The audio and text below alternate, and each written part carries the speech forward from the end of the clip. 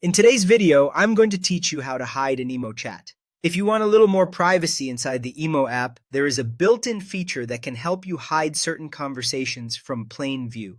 This is useful if you share your phone with someone else or simply want to keep a specific chat more private. In this walkthrough, I'll show you how to use the Invisible Friends or Hidden Chat feature step by step so you can set it up smoothly.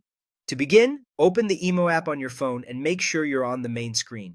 Once the app is open, look for the Me section and tap on it. This area usually contains your personal settings, account options, and privacy controls.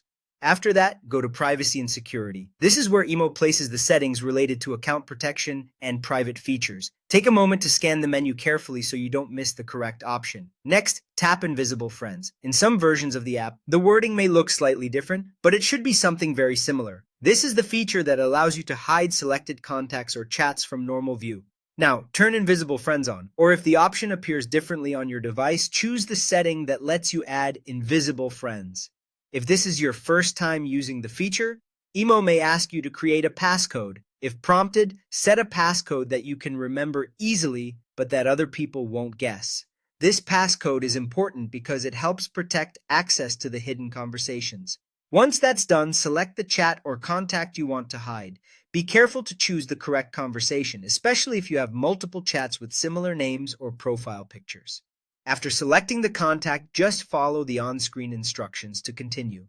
The app may guide you through confirming the selection or finalizing the hidden status.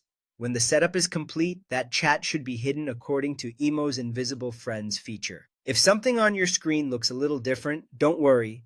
App layouts can vary slightly depending on your phone model or app version, but the overall process is usually the same. Make sure you remember the passcode you created because you may need it later to access or manage the hidden chat. And that's it. You now know how to hide an Emo chat using Invisible Friends.